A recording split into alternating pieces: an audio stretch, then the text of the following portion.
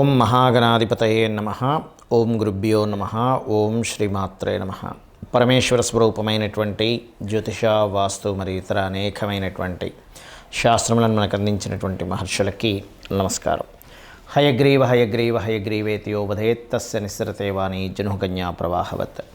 అరుణాం కరుణాతరంగితాక్షీం ధృతపాశాంకుశపుష్పబాణచాపాం అనిమాదిభిరావృతాం మయూకైః అహమిత్యేవ విభావయే భవానీం. శ్రీమాత్రే నమః.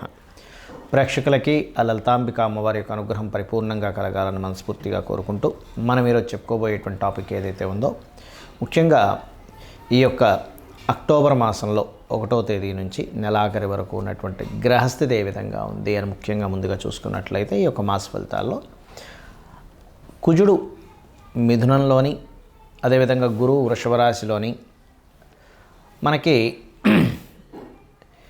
ఈ అక్టోబర్ మాసంలో 10వ తేదీ నుంచి గురువు వక్రిస్తున్నాడు చెప్పాలంటే. అదేవిధంగా అక్టోబర్ 20వ తేదీ నుంచి కుజుడు నీచ పొందుతున్నాడు, గుర్తుపెట్టుకోండి. అదేవిధంగా మనకి కన్యారాశిలో 17వ తేదీ వరకు కేతువుతో రవి ఉంటూ,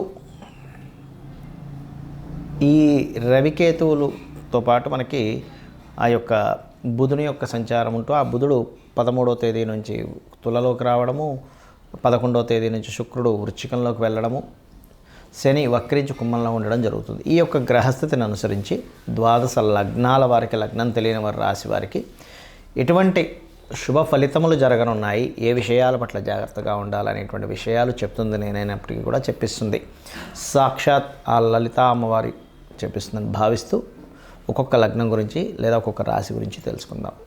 మేషలగ్నం వారికి ఈ 10వ తేదీ వరకు ఉన్నటువంటి గ్రహస్థితి, అంటే ఈ మొత్తం నెలలో 10వ తేదీ నుంచి గురువు వక్రిస్తున్నాడు. ఈ 10వ తేదీ నుంచి ఎప్పుడైతే గురువు వక్రిస్తున్నాడో, ఇది కొంచెం విదేశాలకు వెళ్ళడానికి మరింత ఎక్కువ అనుకూలించేటువంటి సమయం. కాకపోతే 20వ తేదీ నుంచి కుజుడు నీచ పొందుతున్నాడు కాబట్టి కాస్త ఈ అక్టోబర్ మాసంలో 20వ తేదీ నుంచి కొంత మీరు 20వ తేదీ ఎప్పుడైతే వస్తుందో కుజుడు కర్కాటక రాశిలోకి వెళ్ళడం వల్ల కొంచెం వాహనాలు, గృహాలు ఇటువంటివి ఏమైనా కొనుగోలు చేసేటువంటి అంశాలలో, కాస్త వాహనాల మీద వెళ్ళేటువంటి అంశాల్లోని, అలాగే ఒక్కోసారి చూడండి మనం ఏదో చూసుకోకుండా గబుక్కుని ఏదో దెబ్బ తగిలించుకుంటాం, ఇటువంటి విషయాల్లోని అనవసరంగా పలానా పని చేయడం వల్ల ఒక చెడ్డ పేరు వస్తుంది అని అనుకున్నప్పుడు కాస్త జాగ్రత్తగా ఉండాలి అనేటువంటి చాలా స్పష్టంగా గోచరిస్తుంది. ధనాధిపతి అయినటువంటి శుక్రుడు ఎప్పుడైతే వృశ్చిక రాశిలోకి మీకు ఈ యొక్క 11వ తేదీ నుంచి మారుతున్నాడో, అక్కడి నుంచి ఏంటంటే పర్టికులర్గా మీరు భూమి మూలంగా ధనయోగాన్ని సూచిస్తుంది. అయితే ఇక్కడ 2 విషయాలు ఉన్నాయి. భూమి కారకుడేమో నీచబడి ఉన్నాడు, ధనాధిపతి వెళ్ళి భూమి రాశిలో ఉన్నాడు. అంటే ఏమిటి, రెండుగా జరుగుతాయి అక్కడ. భూమి మూలంగా ధనం రావడము ఉంటుంది, అదేవిధంగా వృత్తిపరంగా, వ్యాపారపరంగా వచ్చేటువంటి ధనయోగం కూడా ఇస్తున్నాడు అక్కడ. కాబట్టి కొంత గొడవలు వస్తూ, దాని మూలంగానే డబ్బులు వస్తూ, దాని మూలంగానే కొంత అటువంటి వాటిల్లోనే వృత్తుల్లోకి వెళ్ళడం కూడా చూపిస్తుంది.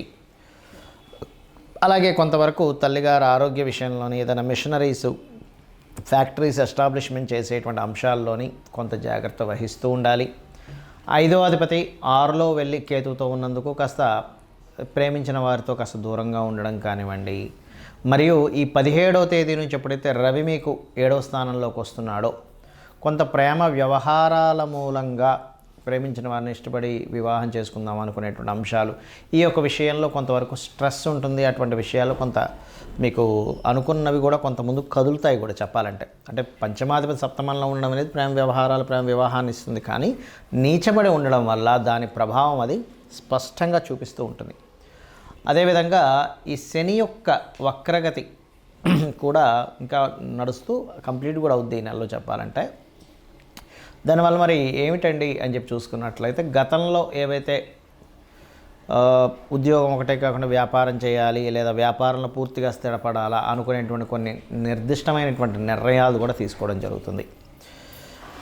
అలాగే 2వ వివాహం కోసం ప్రయత్నం చేసేటువంటి వారికి ఈ నెల 3-4 వారాలు చాలా అనుకూలంగా ఉంటాయి, అందులో ఎటువంటి సందేహం లేదు.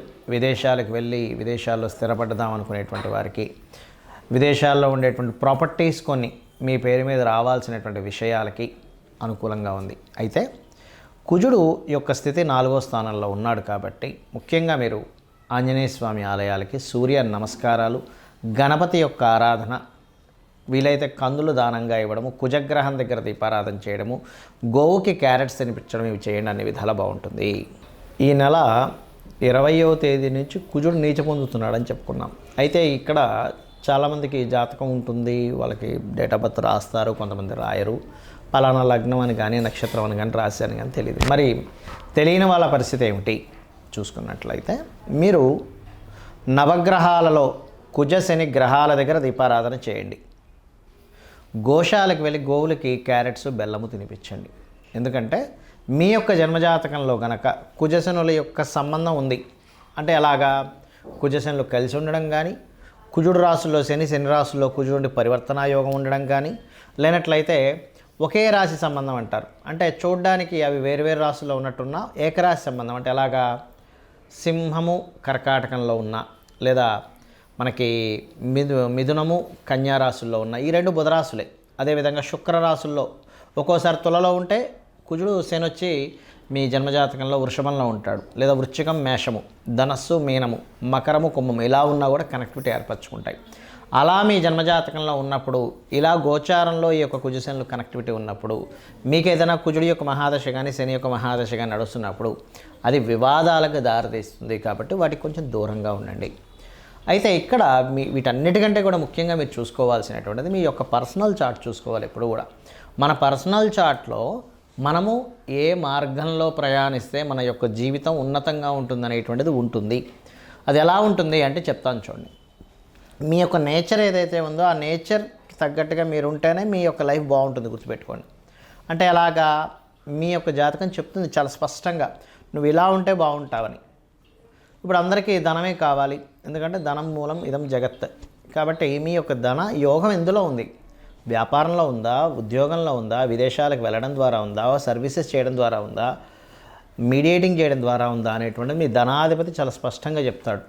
ఒక్కో వ్యక్తికి ఒక చూడండి, బంగారం అమ్ముతే ఉంటే ఒక వ్యక్తికి బంగారంలో లాస్ వస్తుంది. అదేమిటంటే బంగారంలో కూడా లాస్ వస్తుంది అంటే వస్తుంది. ఒక వ్యక్తికి చెత్త అమ్ముకోవడం ద్వారా కూడా డబ్బులు వస్తాయి. అంటే ఏమిటి, మీ సెకండ్ లార్డ్ ఏ కాంబినేషన్లో ఉన్నాడు.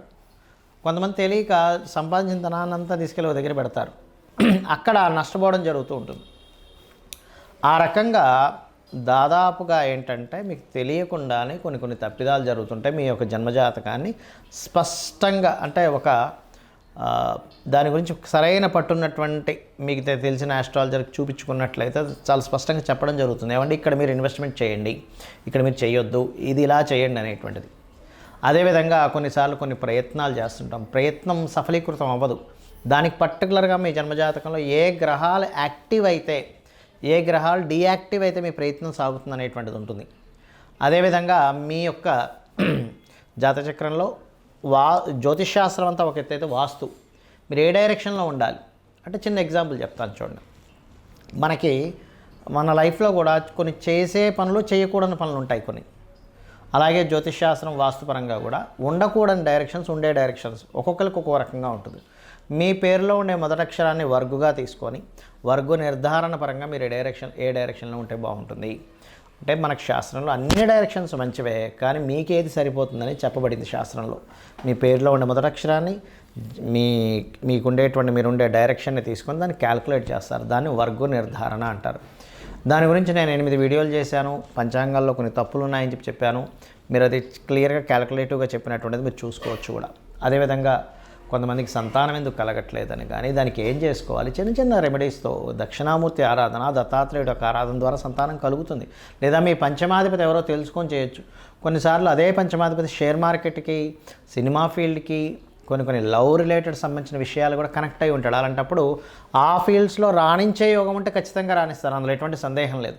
కొంతమందికి సినిమా ఫీల్డ్లోనే టాప్ పొజిషన్లోకి వెళ్తారు, అదే సినిమా ఫీల్డ్లోకి వెళ్ళడం ద్వారా డౌన్ఫాల్ అవుతూ ఉంటారు. సో అది అసలు ఎందుకు జరుగుతుంది అనేటువంటిది మనం పట్టుకోగలగాలి. అదేవిధంగా వివాహ సమయాన్ని కానీ, వ్యాపార సమయాన్ని కానీ, విదేశాలకు వెళ్ళేటువంటి యోగాలు కానివ్వండి, కొన్ని తెలుసో తెలియకో పూర్వజన్మలో చేసినటువంటి కొన్ని కర్మల ఆధారంగా కొన్ని దోషాలు ఏర్పడతాయి. అంత మాత్రం చేత ఏదో దోషం ఉంది, నా జీవితం ఇంక ఇక్కడ అయిపోయింది, ఏలినాడు శని నడుస్తుంది కాబట్టి ఏదో అయిపోయింది, సర్పదోషం నడుస్తుంది కాబట్టి ఇంక నా జీవితం అయిపోయింది అనడానికి లేదు. అలా ఎక్కడా కూడా శాస్త్రంలో చెప్పలేదు అంటారు. ఎందుకంటే ఏ మహర్షి కూడా ఏ గ్రంథంలోని కూడా నీకు ఈ దోషం ఉంటే నీ లైఫ్ ఇంకా అయిపోయిందని ఎక్కడ రాయలేదు. చూపించండి కావాలంటే. నీకు ఈ దోషం ఎందుకు ఏర్పడిందో చెప్పాడు మహర్షి.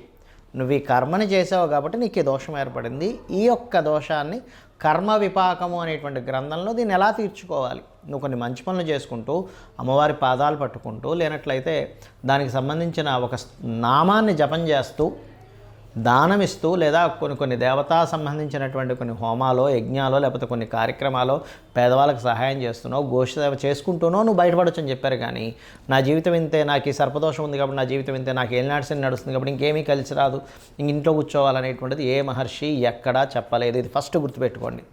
ఎందుకంటే జ్యోతిష్శాస్త్రం అనేటువంటిది వెలుగుని చూపించే, జ్యోతి అంటే వెలుగు. అంతేగాని ఇంకా నా జీవితం ఇంతే అనుకోవడానికి జ్యోతిష్శాస్త్రం చూసుకోవాల్సిన అవసరమే లేదు.